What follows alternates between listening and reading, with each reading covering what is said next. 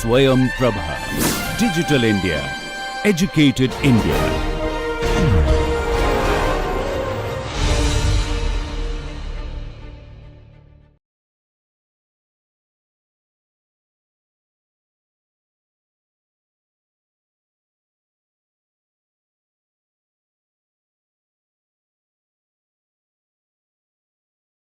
Namaskar, I am Professor Susmitha Mallaya from Faculty of Law, University of Delhi.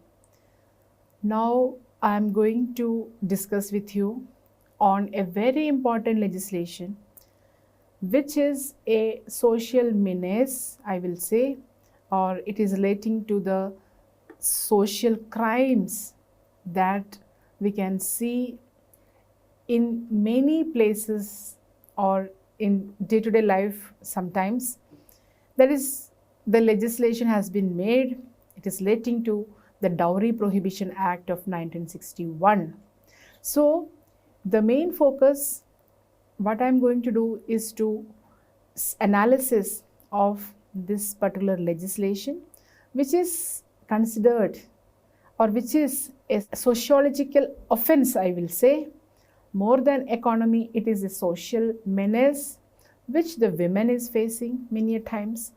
And we are going to examine its provisions, the amendments that happened, then implementation challenges, what are the implementation challenges, and impact on the society, how this dowry, the so-called dowry, has become a menace and how it has impacted the society.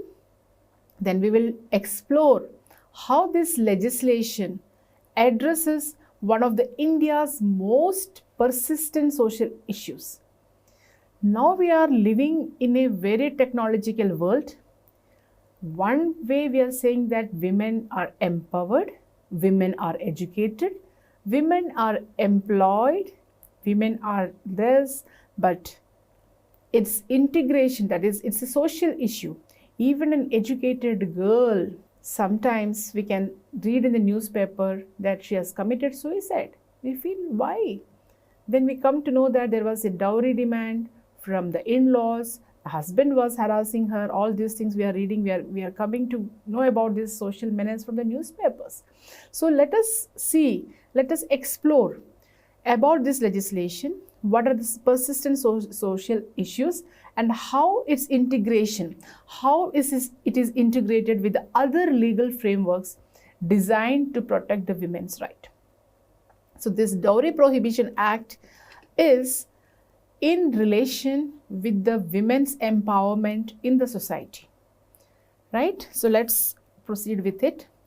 So why we are calling the dowry as a social menace? Why is it? First, you can see that in the ancient practice, what was there?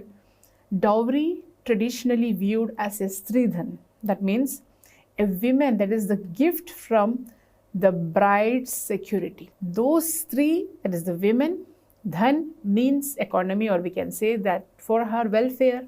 So the father of a girl child, during the time of her marriage, is providing for her benefit. That's what is very important. Gifts for the bride security.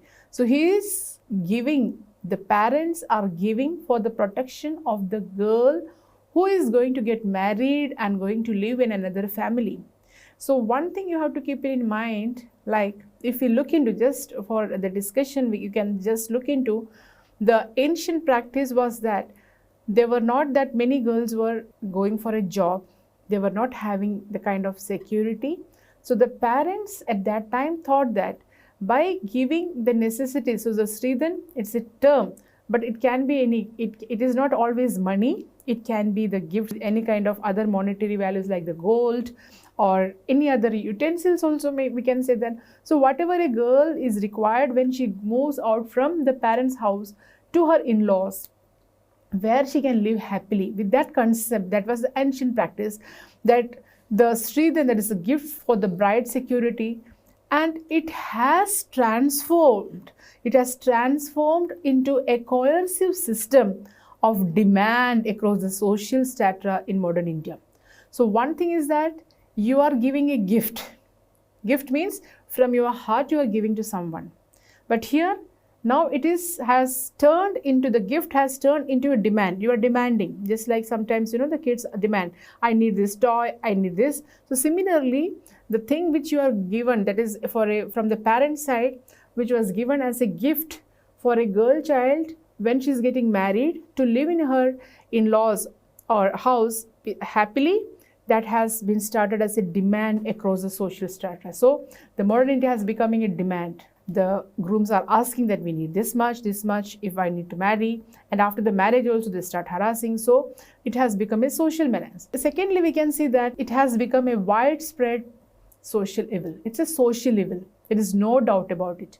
All of us know that how the word dowry, it is not a Sridhar now, it has become a dowry. That means you are demanding it.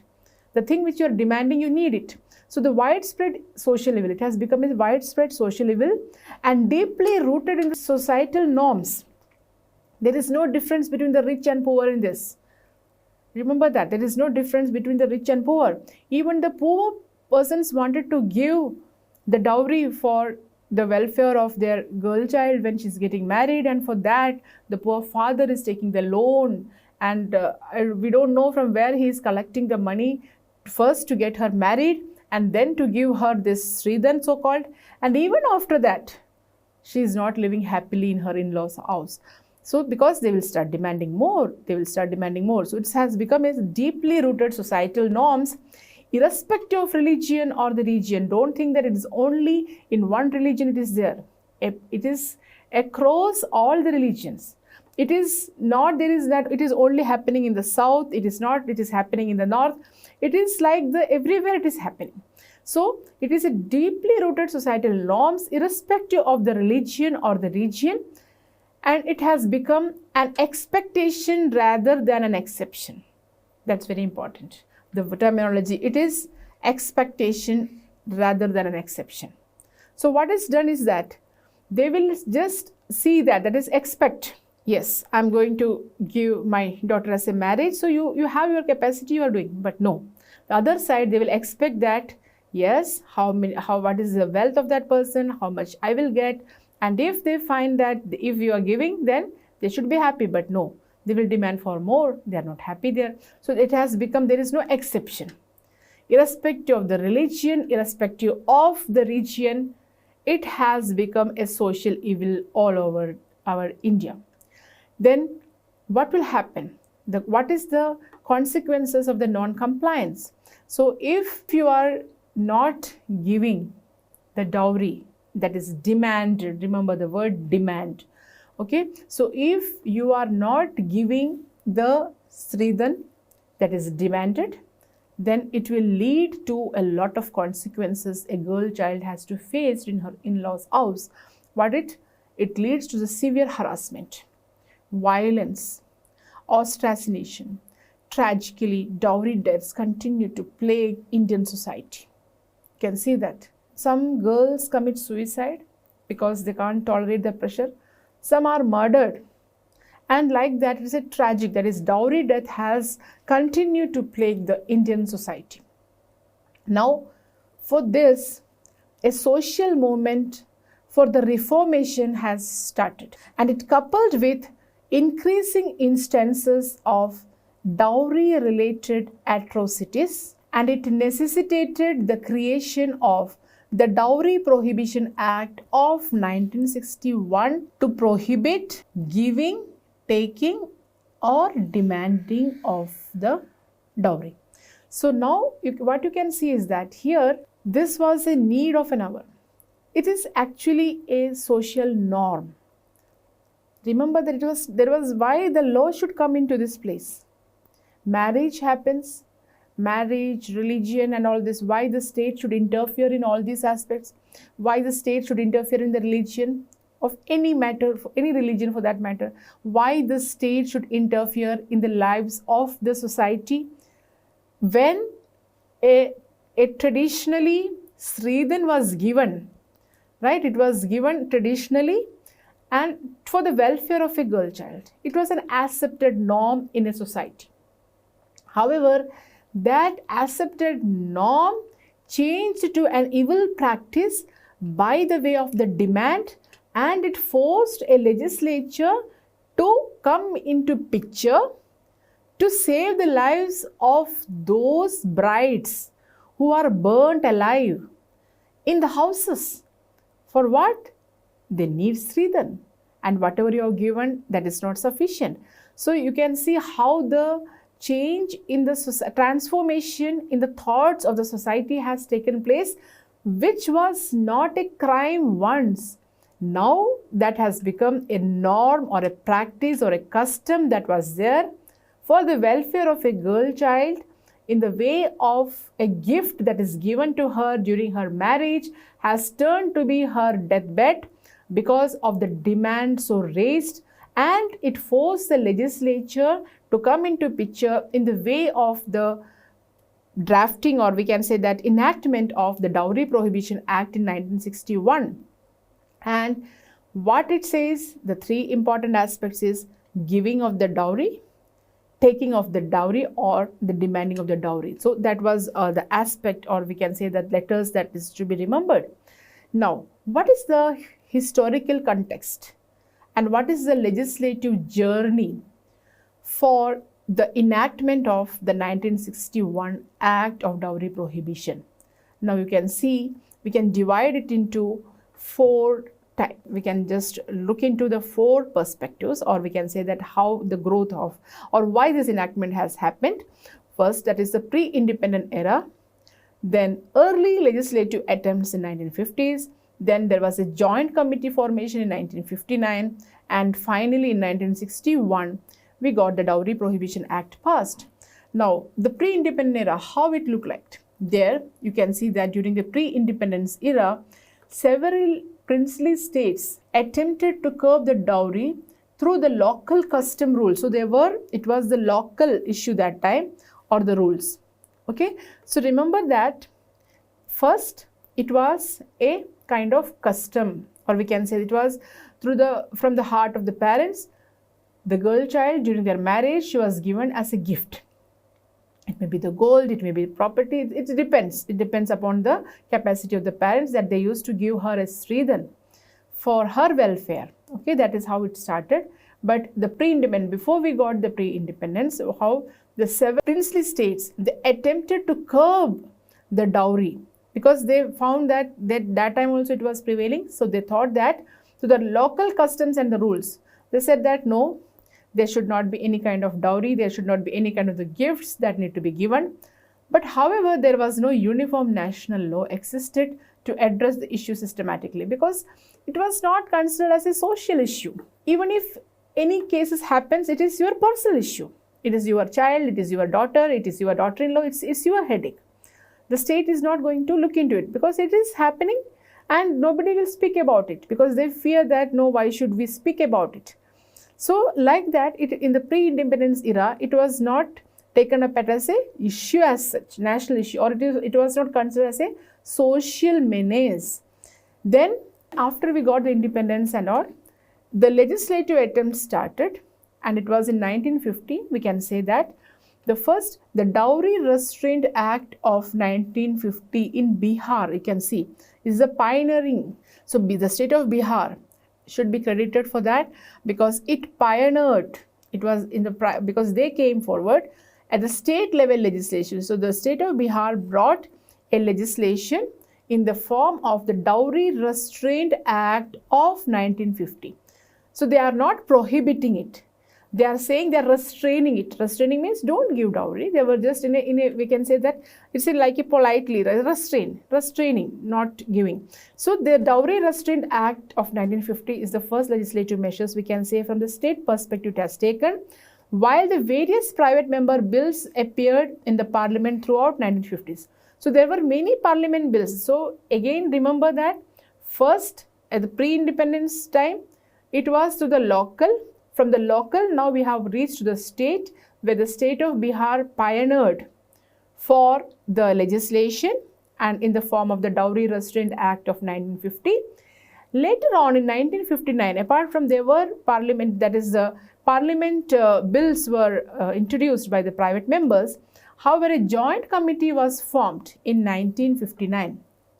So in 1959, a joint committee formation was made where both houses of the parliament examined the dowry prohibition bill and started debating the definition of dowry. What is the distinction between gift and dowry, and what need to be the appropriate penalties? It's a very interesting discussion, we must say that. How will you differentiate between a gift and a dowry? So gift means during in the wedding also we are also getting gifts from others. Those who are whom we are inviting, they may give us, they are giving us the gifts. When you go, so you will also carry the gift. So how will you distinguish that? How will you say that it's a dowry? Dowry means you have to demand. Here no demand. You are not demanding. So the groom will say that I have not demanded. Why there was a demand? The father has given to the daughter and for her welfare it is given. So when you wanted to bring a legislation, it is very difficult because you have to discuss each and every word. So here the joint committee formation, that is in 1959, both houses of the parliament examined the bill and they started debating this definition. What should be the definition of the dowry, and how will you distinguish between the dowry, that is the gift, and the dowry, and what can be the penalty that need to be given in case if it is found that it is demanded or the dowry has been demanded. So later on, after the discussions and all, finally in 1961 we got the present legislation, that is the Dowry Prohibition Act, passed by the parliament, and it received the presidential assent on May 20th, 1961. And however, it came in force in July 1st, 1961 as the foundational national law against the dowry. So it has took this much of years. In 1961 is a very prominent year in July 1st where the menace, that is a social menace like the dowry, has taken a national interest, and now it has taken as a nationally. It started locally, then followed by the state, and however it became a national enactment or the central legislation in the year 1961, and it became the foundational national law against dowry. So this is how the historical context or the legislative journey of the dowry prohibition started. Now, how will you define the dowry? What do you mean by the dowry under the Act? Now, let us look into it. Dowry means any property or valuable security given or agreed to be given either directly or indirectly by one party to a marriage, to the other party to the marriage, or by the parents of either party to a marriage, or by any other person to either party to the marriage, or to any other person at or before or any time after the marriage in connection with the marriage of the said parties. So it's very important. The definition. Section 2 defines the dowry. So do you think that it's a gift? How it defines? It is a property. So it should not be anything like the intangible. It should be a property. It can be valuable security. Okay, so it can be any kind of property it can be. Then it is or a valuable security, and it should be given or agreed to be given. So there is one thing. It is you are giving, or maybe you are agreeing to give. So it is not required that you should give it. You are agreeing to give. How? One is in the direct form and another is indirect form. For what? By one party to a marriage. So marriage is essential. It is not that before marriage. Of course, it can be before marriage also, but for the marriage, to marry my child. So by one party to a marriage, to the other party to the marriage. So one party to the marriage, the other party to the marriage, or by the parents or by the parents of either party, or by the parents of the either party to a marriage, or by any other person to either party to the marriage or to any other person at or before. So what are the key elements? What are the key elements in this? First is property or valuable security. So here it can be cash, it can be shares, it can be gold ornaments, silver ornaments, it can be vehicles, it can be even utensils. So property or valuable security, first element or first key element is the property or valuables. Second, that is in connection with the marriage. What is it? There should be a nexus between the property transfer and the marriage, right? So there should be a nexus. There is a need for a nexus between a property transfer and the marriage. So if you are giving anything, any valued property, it should be for the marriage.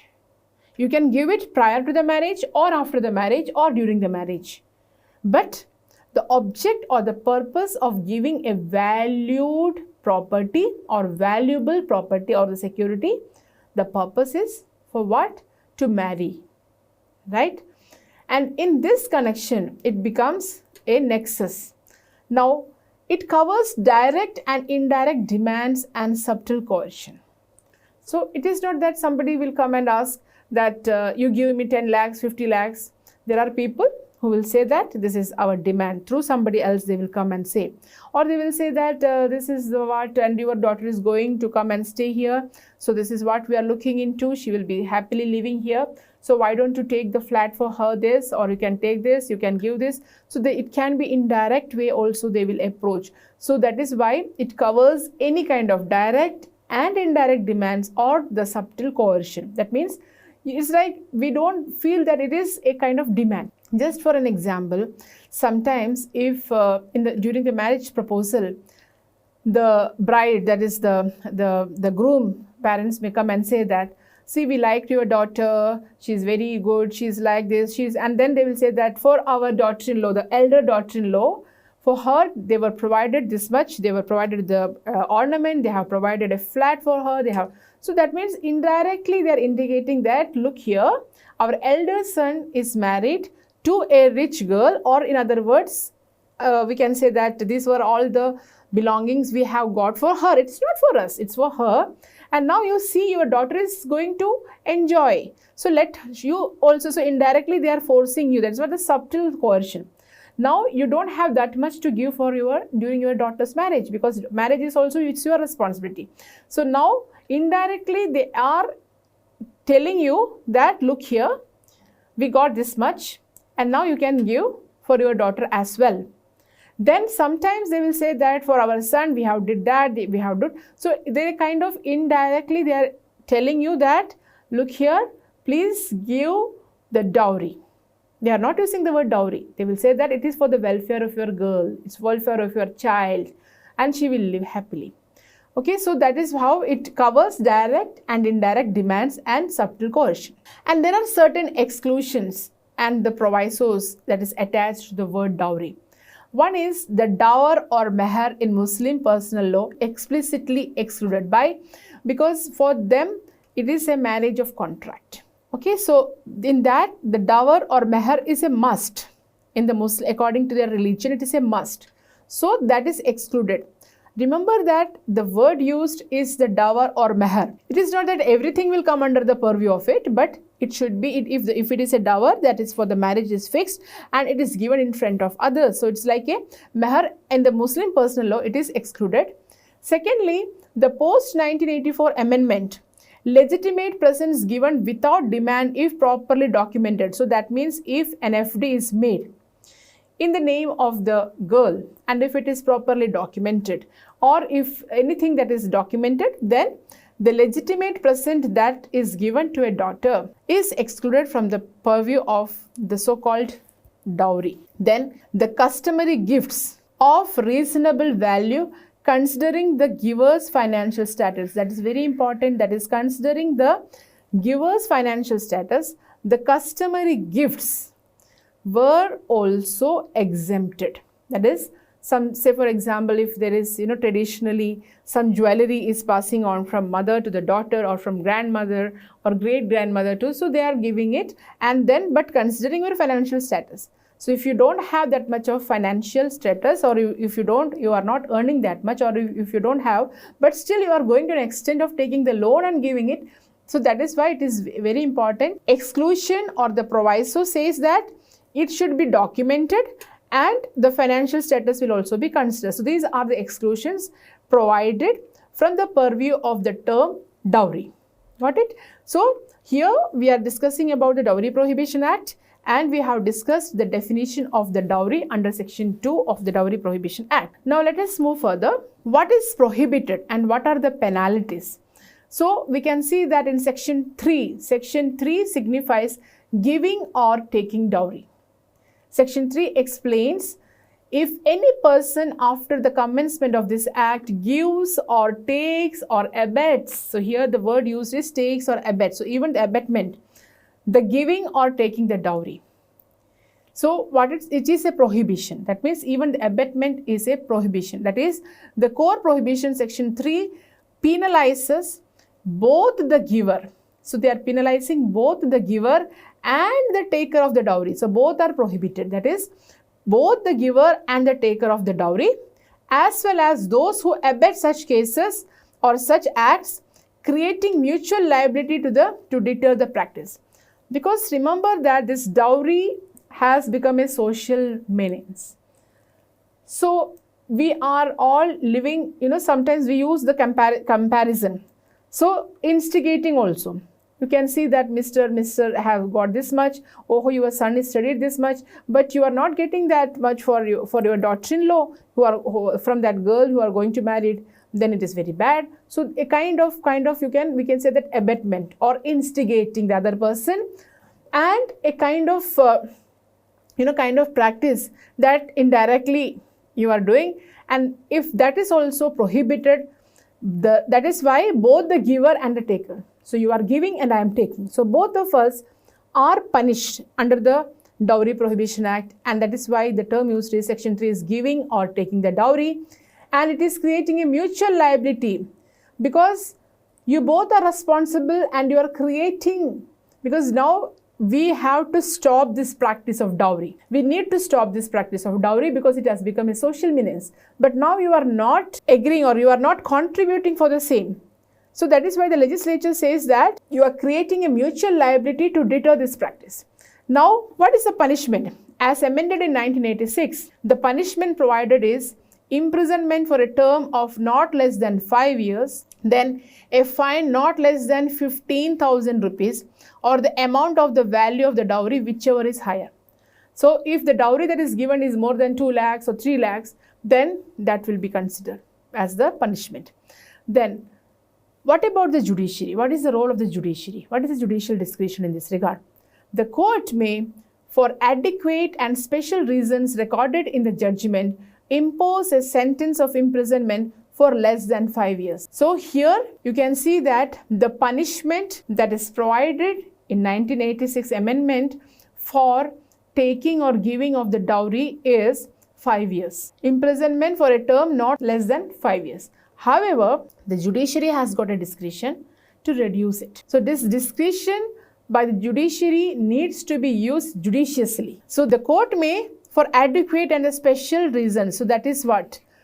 Sometimes for the reasons, that is, it is for the court to decide. So that much of discretion is given for the judiciary for adequate and special reasons recorded in the judgment to impose a sentence of imprisonment less than 5 years. So they can impose the punishment for less than 5 years. That means for giving or taking of a dowry. Now, what is the penalty for demanding a dowry? Do you think that a demand can be made? So the prohibitions and the penalties under section 4 for demanding the dowry. So for section 3 we have seen it is for the giving and taking. Now here it is not giving and taking, it is demanding, more than that, it's very more. So if any person demands, so here it should be the word used is the demand, directly or indirectly, from the parents or other relatives or guardian of a bride or the bridegroom, as the case may be, any dowry. So targeting, so what is targeted is demand.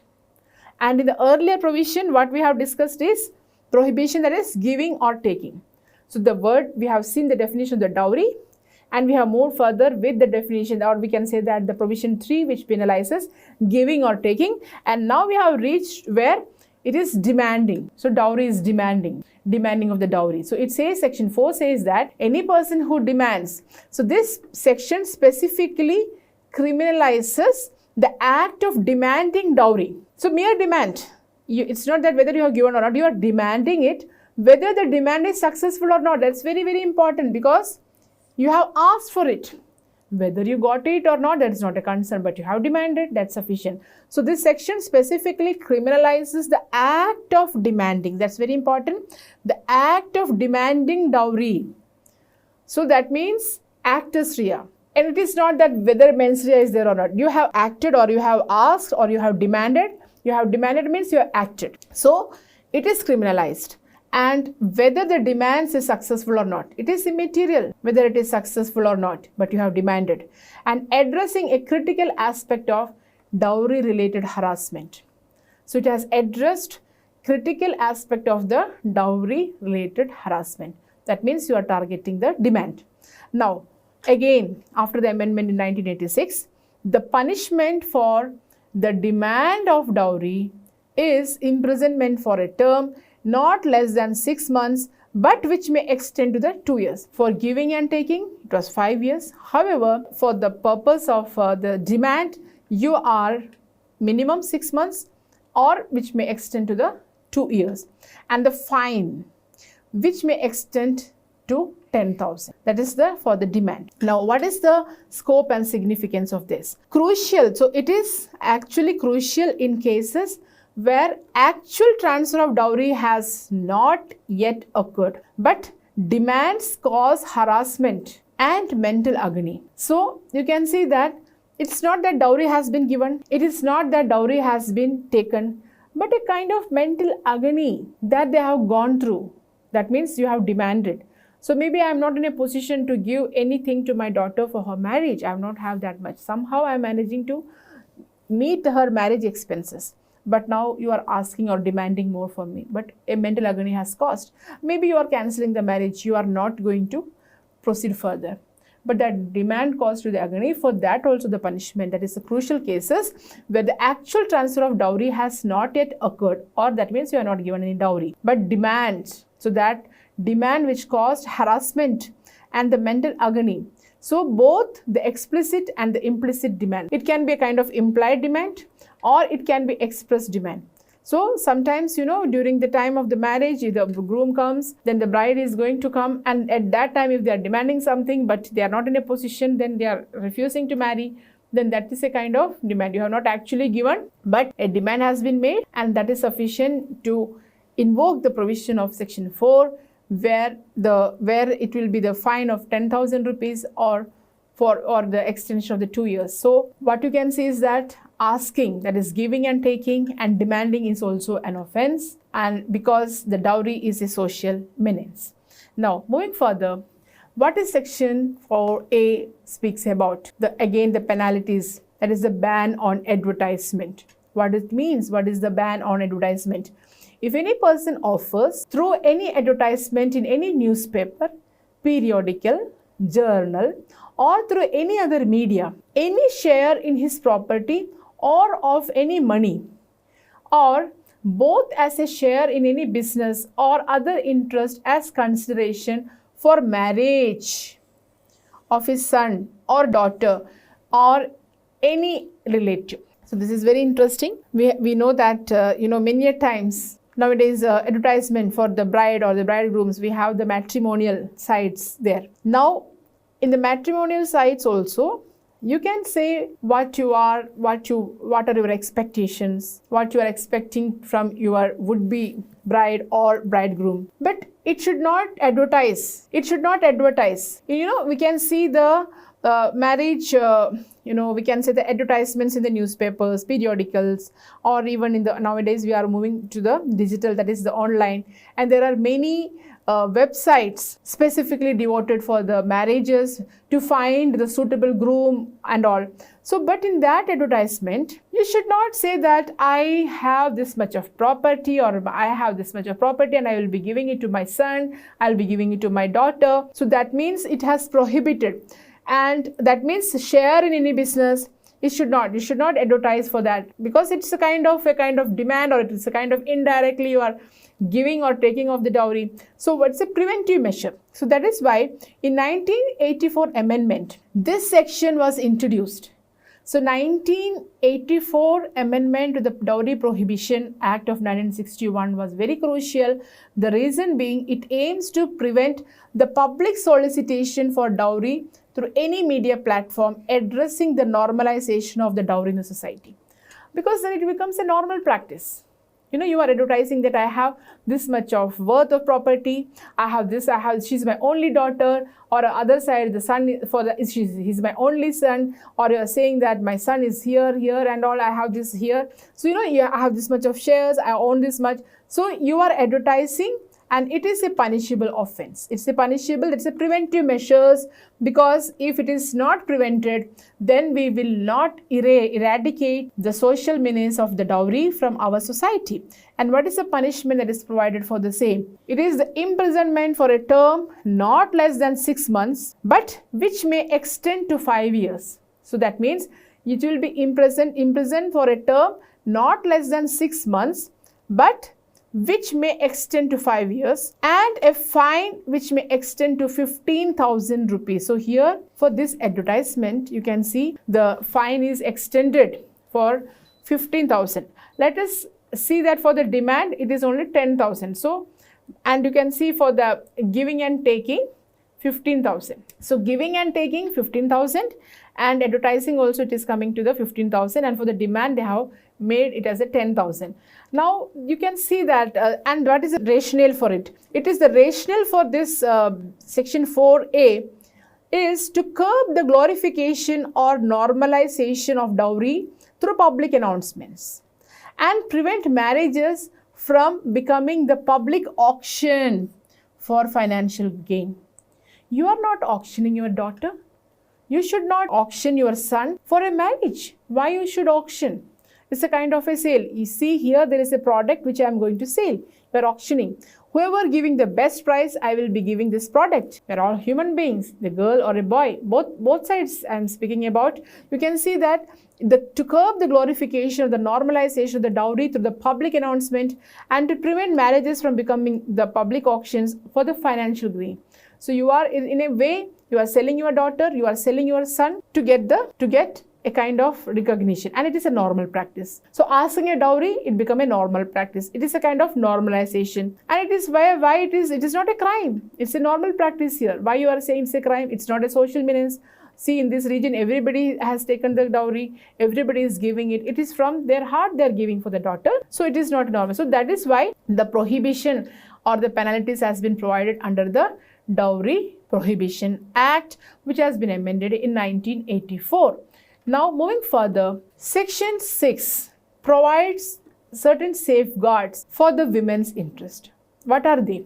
One is the mandatory transfer timeline. That means, because it is required. As I told that, it is not that you should not give anything to your daughter, and anything you are giving to the daughter, it will become a dowry, and the other side should not take anything. You can give. That's why it said that it is not without any demand, with your love and affection. If anything is given, it is not considered as a dowry. We have seen it is coming under the prohibitions or exceptions, not prohibitions, exceptions. Just like in the Muslim marriage, we have seen the meher or dowry. So similarly, if it is with the free will, if anything is given, it is not coming under the purview of a demand, giving or taking. So in order to safeguard the interest, Section 6 was inserted, and what it says is mandatory transfer timeline. It has been provided. What? Property must be transferred to the women if received before marriage within 3 months after marriage. If received at or after the marriage within 3 months after the receipt. If a woman was a minor, so it's very, very wrong, because we cannot say the minor marriage is a valid. That's a different thing which we knew. So you can imagine how it has become a social menace, dowry. So 3 months after she turns 18. And penalties for the non-compliant. What are they? If the transfer does not occur within the specified time, imprisonment. So Section 6 is providing the interest of the women, and the imprisonment for the 6 months. The penalties, if you are not complying with the timeline that is provided. The transfer, then imprisonment 6 months to 2 years, and for a fine of 5,000 to 10,000, and the court will order to transfer the property. Now, what will happen if the women's death provision says that if the woman dies before receiving the dowry, her heirs are entitled to claim it. Then if the death within 7 years of the marriage, unnatural causes. So that's why if any death causes before the 7 years of the marriage, then it is considered as the unnatural cause and the property devolves to her children or the parents. Now, what is the procedural aspect of section 7 and 8? Section 7 speaks about the cognizance of offences. What are they? Courts can take cognizance of offences under the Act only on, that is very important. See, it is not that suo motu it is taken. What is it?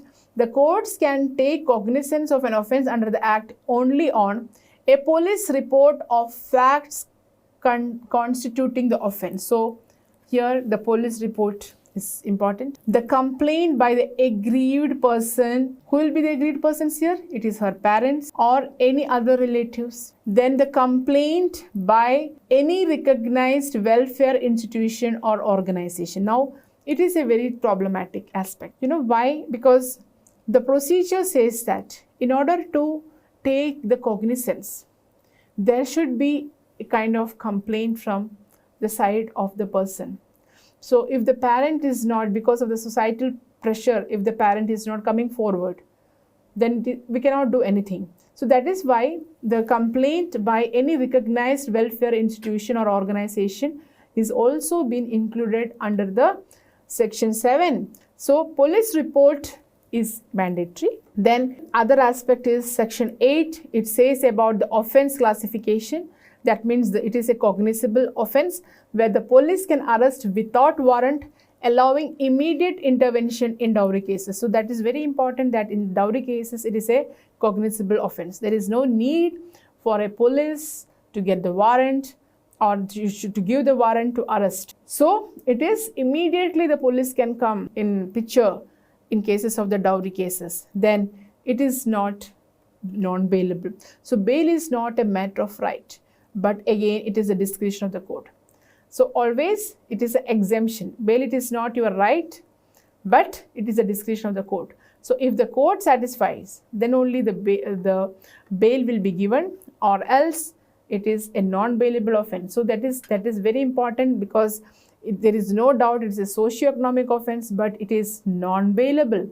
That's why the serious offense, it is actually a serious offense where the court tries to protect the women from the harassment in the name of the dowry, and it cannot be settled. So once the police is reporting, or once the procedural aspect starts taking place on the basis of the complaint received, the police is providing the report, then it is non-bailable, it is cognizable, and it is non-compoundable. That means the offense cannot be settled out of the court between the parties. So it is not that after years anyway, the daughter is no more there, and then don't harass us, let us come to an agreement, and then you can settle out of the court. It is non-compoundable. Now the next aspect is the procedural aspect of section 8A and 8B. What it says? It says that that is the burden of proof. The burden of proof under section 8A says that where any person is prosecuted for taking or abetting the taking of the dowry under section 3, or for demanding dowry under section 4, the burden of proving that he had not committed an offense shall be on him. So the burden of proving that he had not committed an offense is on the person who is saying that I have not taken. So this section reverses the usual presumption of innocence. Otherwise, in the normal practice, the accused is presumed to be innocent till his guilt is proved. But however, it is vice versa.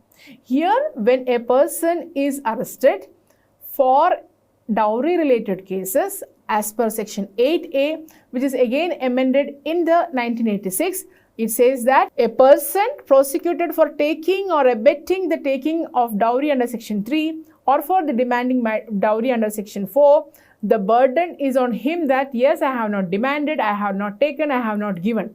It is for him to prove it. It is not that other side. So the reverse proof, that is the reverse burden of proof, is the presumption of innocence is not there. Onus on the accused to prove their innocence in specific dowry related offences, and reflecting the difficulty of proving the negative demands in a domestic setting. The reason being that, it is very difficult that a bride's father will come and say that I have given the dowry. How will you prove that? It's not difficult, because it's actually a kind of social practice as well, and we all feel that it's very important to have a good image in our society, have a dignified life. So the nobody will come and speak about it in the social media, or nowadays it is there, but it was not the case earlier. So what happened is, because we are speaking about the Dowry Prohibition Act during that time, but now the things are slowly changing. Now it is though we are speaking about the dowry, it is the other side also. It's not that boys or the grooms are also free from the menace. So now for that we have to discuss about the social menace from the different perspective. But however, we can see that from the dowry prohibition point of view, that it is difficult to prove the negative demands in a domestic setting. That is why the burden is given on the accused, that is the person who has demanded, to prove that I am innocent, I have not asked anything. Now section 8b provides for the concept of having a dowry prohibition officers. So that means they have to comply. That means those officers, dowry prohibition officers under 1986, it says that what is their functions, what are the functions of a dowry prohibition officer. Accordingly, it is to ensure compliance with the act. He has to see that whether the act has been complied. Secondly, prevent dowry related offences. So you can see that the legislation has in 1986 made a provision under 8b for a prohibition officer as well, and his duty is to ensure compliance with the act. That means whether giving, taking or demanding is there or not, right, and whether there is advertisement has been made. So that is the common platform, he can look into it. Then he should see that dowry related offences are not happening. Then he should collect the evidence for the prosecution, because he should collect the evidence for the prosecution. He should help the prosecutors. Then advise and assist the persons aggrieved by the dowry demand. So they should advise and assist the persons for those who are aggrieved because of the dowry demanded. Now, this dowry prohibition officers are vested with the police power. So though they are the prohibition officers, they are given the police powers as specified by the state government, creating an institutional mechanism for enforcement and the victim support. So there are victims, no doubt. Though we are saying that we have advanced technologically, we are saying that we are going to be developed country economically, we are saying so many aspects. However, this social aspect or a social aspect has been there and it is still there. So it is required that victim need to be supported, or we can see for that. Next is we can see that what happened, the key amendments and how it has impacted. So the original act was in 1961 and it established the basic framework for criminalizing the dowry practices, but had limited effectiveness due to definitional and enforcement challenges. And secondly, the act was amended in 1984. This is the keywords. You can see the first 1961 original act, amendment in 1984. What it did: enhanced penalties for giving and taking dowry, expanded the definition to include the property given any time after marriage also. So it's not that during the marriage, before the marriage, after the marriage also has been introduced. Then it introduced a ban on dowry advertisement. That means you should not advertise that this is the dowry I'm going to give or this much property I have. Advertisement also banned. Then mandated the transfer of dowry to the women within 3 months. It's very interesting, right? Because on the one side this legislation says should not be given, but now they are saying that transfer the dowry to the women within the 3 months. Now created a formal process for listing the legitimate presence, because see, you cannot totally ban you should not give anything to a daughter or you should not take it, because that is why it created a formal process for listing the legitimate presence. Then in 1986, again the amendment has taken place and it has increased the penalties for all dowry offences. Then it shifted the burden of proof to the accused. It's very important. Section 8A, the burden of proof has been shifted to the accused. Then it introduced a very new term, that is that we can say that under section 8B, dowry prohibition officers. Then it had added section 3(4)B of to the, that is the dowry death also has been added in 1986. Then it added section 113B to the Evidence Act, that is the presumption as to dowry death. So if any woman dies before the 7 years of the marriage, then it is presumed that it is a dowry death, that also. Now what is the interplay with the Indian Penal Code? That is, now it is the section 85 of the Bharatiya Nyaya Sanhita, because now the Indian Penal Code has been changed to the terminology of the Bharatiya Nyaya Sanhita, in that it is section 85.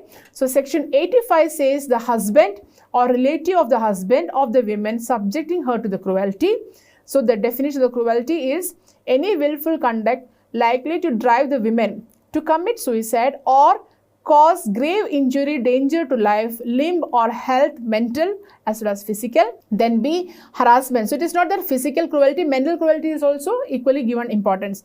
Then the harassment with a view to coercing her or any person related to her to meet any unlawful demand for any property or the valuable security, or on account of failure to meet such demand. That is the definition of the cruelty. And what is the legal parameters? The legal parameters is the punishment, that means imprisonment up to 3 years and the fine. And it is the classification is the cognizable, non-bailable, non-compoundable. What is the significance? Widely used to prosecute ongoing harassment and the torture linked to the dowry demands, even if a death has not occurred, providing a crucial or preventive tool before situations escalate to the fatality. Now, what is the interplay with the Indian Penal Code? That is section 80 of the Bharatiya Nyaya Sanhita. The key elements is death by burns, bodily injury or under abnormal circumstances. Death occurs within 7 years of the marriage. So it is actually the provision of section 80. It's changed under the BNS, but it was 7 years of marriage presumption was also there earlier. Evidence that soon after, before the death, the women were subject to the cruelty or harassment for the dowry demand. So mental cruelty will also come under it. It's not only the physical. So soon before the death. So it's very important. She was tortured. So even if she has committed the suicide also, she was tortured for that dowry demand.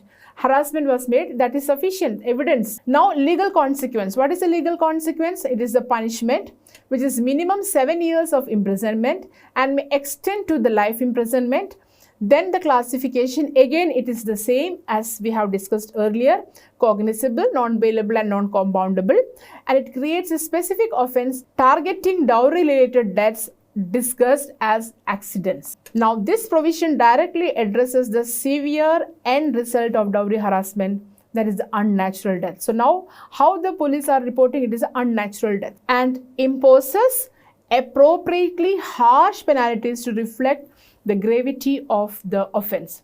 Now, when it comes to the protection of women from the Domestic Violence Act, so interplay we have seen with the BNS, that is the IPC earlier, and now it is with the women protection of the women from the Domestic Violence Act. So broader scope is the Domestic Violence Section 3. That means this prevention of women from the is a civil law providing a comprehensive protection from various forms of domestic violence, including the economic abuse, which often overlaps with the dowry demands. So it includes the economic abuse, then deprivation of economic and financial resources, then disposal of the household effects, valuable security, acts endangering health, safety, well-being. And what is complementary nature? It is a non-criminal penalty. So it is a civil remedy. So it is not only civil remedies are also available, that is the protection order against the violence for the dowry demand, residence orders, okay, ensuring right to remain in shared household, monetary relief for expenses and losses, custody orders for the children, compensation orders for the injuries, including the mental torture. And we can, so what is the support structure? We have the protection officers, we have the service providers, we have the legal service authorities, we have the shelter home. So this integrated support system recognizes that legal provisions alone are insufficient and victims need practical assistance to navigate the legal system and rebuild their lives free from violence. And there are certain committee reports as well.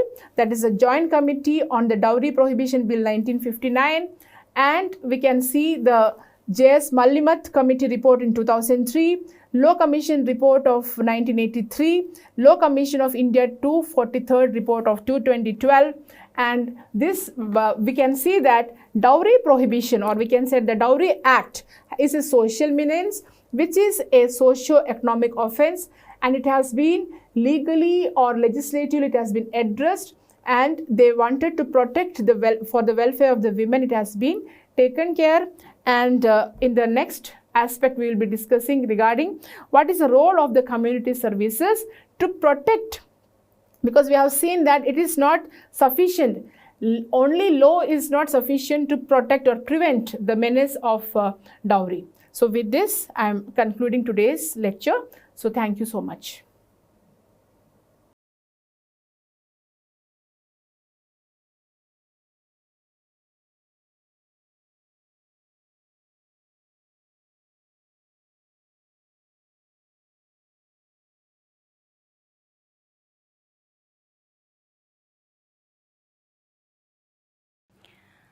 Hello, I am Shikha Dikshit. I teach psychology and I am with the Department of Humanities and Social Sciences at IIT Kanpur. Today I am going to talk about what is social cognition. Social cognition is a research area in psychology which explicates the various cognitive processes that people employ to understand the social world. So essentially it is about sense making of the social world, which involves understanding other people as well as understanding oneself. Understanding others requires understanding their traits, their internal tendencies, their contextual aspects, motives, feelings, emotions, etc.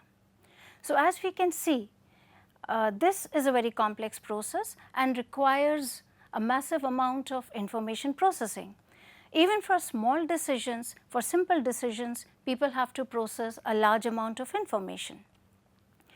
The main perspective or the approach which is used in social cognition is obviously the cognitive approach, and which is the study of mental structures and processes. The main paradigm which is used is the information processing paradigm. As far as the range of topics in social cognition is concerned, the range is very wide, from individual level sense making to collective sense making. As far as views of cognitive sense making are concerned, there are three major dominant views in social cognition: the naive scientist view, the cognitive miser view, and the motivated tactician view. The naive scientist view emerged from research done in causal attribution, and this refers to detailed and systematic processing of information and sense making in the social world.